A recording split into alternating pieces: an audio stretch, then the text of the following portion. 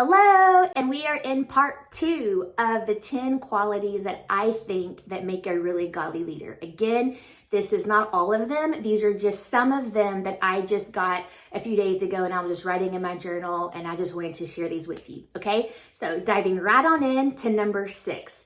Number 6 is a good godly leader is someone who is willing to admit when they've made mistakes and they bear responsibility.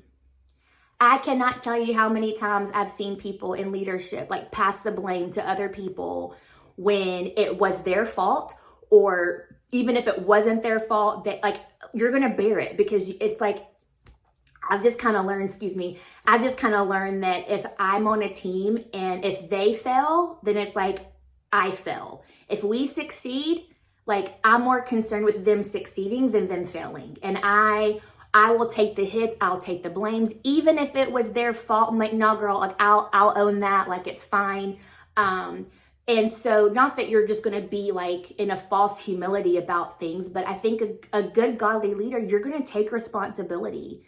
Even if it's not something that you did, you wanna cover people. You're not trying to expose people. You're not trying to make them feel some type of way. Yes, we challenge. Yes, we correct. Yes, we encourage, but ultimately, as a leader, you're willing to admit when you've made mistakes, and you're not too prideful and too full of yourself to do that. Like, you know what? I made a mistake. I am sorry. Will you forgive me? That goes huge, as opposed to just acting like you never do anything wrong, or you're just always blaming other people. When people are constantly blaming other people and they don't take responsibility, watch out for that. And if that's you, again, we've all been there. Just stop it. Own it. If you make a mistake, admit that you've made a mistake and move on. Number 7 is that you are a person of prayer, the word, and worship. I've been saying this for years. People need to see Jesus in your life. And it's not just what you say on social media. It's not what you say to people's faces. It's how are you living your life? My mom would tell me growing up, she goes, Lindsay, I wouldn't care how gifted people were on the worship teams or people were gifted in communicating the gospel. I wanted to know what kind of husband, what kind of wife, what kind of mama and daddy you are. Because you see this where there's this disconnect. It's like there's the minister of the gospel, and then there's like the real person at home. Now, my parents are by far from perfect. They're pretty amazing. But if there's one thing I can say, is that how they were on platform is how they were at home. And I am so thankful I can say that.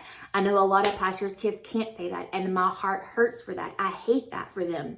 But if we're going to be who we say we are, and we really are not going to just be Christians in word, but Christians in deed, Christians in our workplaces, Christians at church, Christians at home, that we're going to let the word of God dictate our responses. We're going to be men and women of prayer. We're going to be men and women who know how to worship the Lord and sit at the Lord's feet at times and just be with Jesus. And so it's not just, oh, I just do ministry, or I just do leadership, or I just, lead these things. It's like, no, I'm striving to live a life of ministry from my relationship with Jesus, because if we're so busy doing things for the Lord that we're not spending time with the Lord, it's going to show up, and eventually it will cost us. And sometimes if we're not careful, we'll get to the point where it'll cost us more than what we're wanting to pay, and it can be really detrimental to our lives, to our families, and to those that we are leading. So I've never been one to take my Christianity, leadership, servanthood, take that lightly, because I understand that my choices affect more people because I'm influencing people. You're influencing people. And so you being a person of prayer, worship, and word is so important. Again, that we're not just saying we're Christians in title, but we're actually doing our best to live out a Christian life modeled for others to see. And I believe that is really, really important. The next one I believe is really important, that we learn to set boundaries. This was so hard for me, going from single youth pastor for 10 years to married to then with 1 kid, 2 kids, 3 kids. Boundaries are so important. And I even told my team months ago, listen, at this time, If it's an emergency, please call me. But at this time, like, I'm trying to be away from my phone. I'm trying to spend time with my family. So please, like, if you text me or email me, I'm not going to respond until the next day. Now, again, emergencies are one thing, but it needs to be something really serious, because I don't want to, the way my brain works, I can't shut it off. And ministry for me has always been 24/7. And I was raised with a dad who, his work was constant. My dad's always on the phone. He's always talking to pastors. He's always talking to ministers. And I'm not exaggerating, like, it's constant. And I remember growing up, seasons where it's like, man, dad just, like, can he get off the phone? He's helping this marriage, helping that one. And although I am so thankful for that, it wasn't until I got older that I was able to give him more grace, because there was a point where I really resented people, because I'm like, he's a dad, like, let him be a dad to us, but I also understood his calling. I understood what he was doing, and like, we're fine, everything's good, but I want to make sure that I'm not taking away from my family. Now my dad, I mean, he's still on the phone. He still deals with so many things. He's just an amazing man, and he's an amazing leader. But that is one thing that he's talked to me about before, is that he wished he would have been more present with us as kids, and that he complimented his kids now, complimenting us, saying, I really appreciate how you're leading, and mothering your kids. Same thing with Lainey Taylor. It's just really cool. So, I mean, things have changed with him. Some things aren't going to change, because, I mean, he's 70 something years old, and, he's doing what he's doing. But is that we're willing to set boundaries and know that it's healthy. When I was at the most unhealthiest places is when I was not setting boundaries. I'm answering my phone all the time, and I can't do that. So it's important, whatever those boundaries are, set them. When you set them, people will honor them and people will respect them. Two more. Another one is that you strive for excellence. Excellence does not mean like you just go in debt and expenses to everything to look nice. It's with what you have, are you making it the best? We complain, well, if I had more money, or if I had this, trust me, I've been there. If I had this, we could do blah, blah, blah, blah, blah. No, excellence is just really making the best with what you have. And striving to cultivate what you have, not just seeing as, oh, well, it'll do. If we have that it'll do attitude, it'll be an it'll do attitude that'll get in with everybody else. So striving for excellence, living your life for excellence is so important.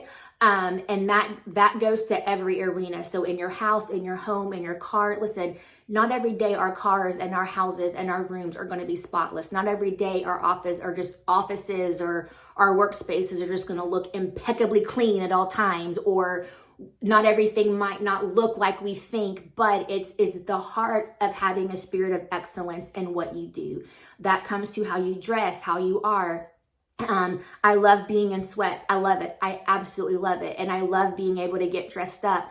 But there was a season where I just didn't care. Like, I didn't care how I looked. I didn't care. Like, I just wore sweats all the time because I didn't care. And God really dealt with me about, looking presentable. My mom was, Lindsay, when you go out in public and people see you, you want to be a good representative. And I'm like, whatever, Mom. And then that day was when I looked ridiculous, and I saw a couple of people that I wish I did not see that day looking the way that I did. So to me, excellence really is about presenting yourself in the best way that you can. And that is not just physical. That's with your house, your car, which is not going to be perfect, but that you're striving for excellence in all that you do when you're putting on a project, all of that. So just striving for excellence. And then the last thing that I wanted to mention that I think is so important as well, this is number 10, and that is that you invest in your personal growth and your personal health. This means so many things. Whatever area that you're leading in, at your job, at your church, in your family, whatever, that you're taking time to invest in yourself. You're taking time to grow in an area. You're getting resources. You're taking care of your health. You're taking care of your mental health. For me, that was important. That's why I had to get off social media for 6 months, because my mental health was not in a good place. taking care of yourself spiritually, taking care of yourself emotionally. Again, this is not being perfect, but really beginning to take inventory of your life. And for me, it's like I've got my schedule, my husband's schedule, our schedule together. I've got 3 kids now. Their schedules are all different. So I'm like the momager. I'm having to manage all these things, managing with the finances, managing our home, making sure we've got menus and food and things for groceries. And it's like I'm coming into this person that I've always wanted to be, but I didn't think I could, because my personality is more woohoo, whatever, right?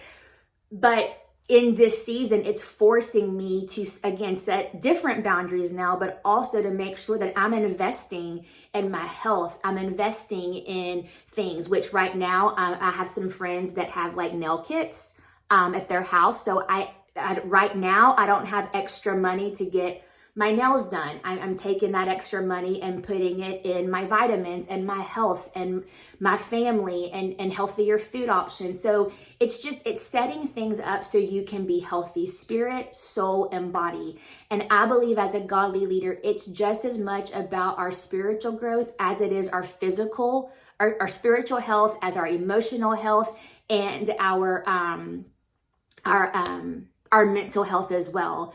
Mental health, I know it's like a big thing right now, but it's true. Our mental health is so important. And so that you're willing to invest in that you can take a weekend off and unplug, or whatever you need to do, just try to be healthy. That is my goal. I want to be a healthy wife, a healthy mom, a healthy friend, sister, servant leader. I just want to be healthy. And if I have to cut out certain things, then so be it. Do I like cutting out certain things? No, I do not. But you know what? My health is at stake here. I'm 36. Well, I'll be 36 next week. Crazy. Actually, by the time this video airs, I'll already be 36. Whatever. I'm 36 years old. And so I am loving my 30s. I cannot wait to get to my 40s. But I just want to be healthy. And I'm just willing to now make decisions that I need to make that I probably wouldn't have been able to have made in seasons past. So anyway, these 5 recap. Number 1, you're willing to admit when you've made a mistake. You bear responsibility. Number 2, you're a person of prayer, worship, and words. Number 3, you set boundaries. Number 4, you strive for excellence. And number 5, you invest in your own personal growth and your own health, spirit, soul, and body. Do it. It's worth it. Thank you for watching. I will link the scriptures down below, and I will see you next time.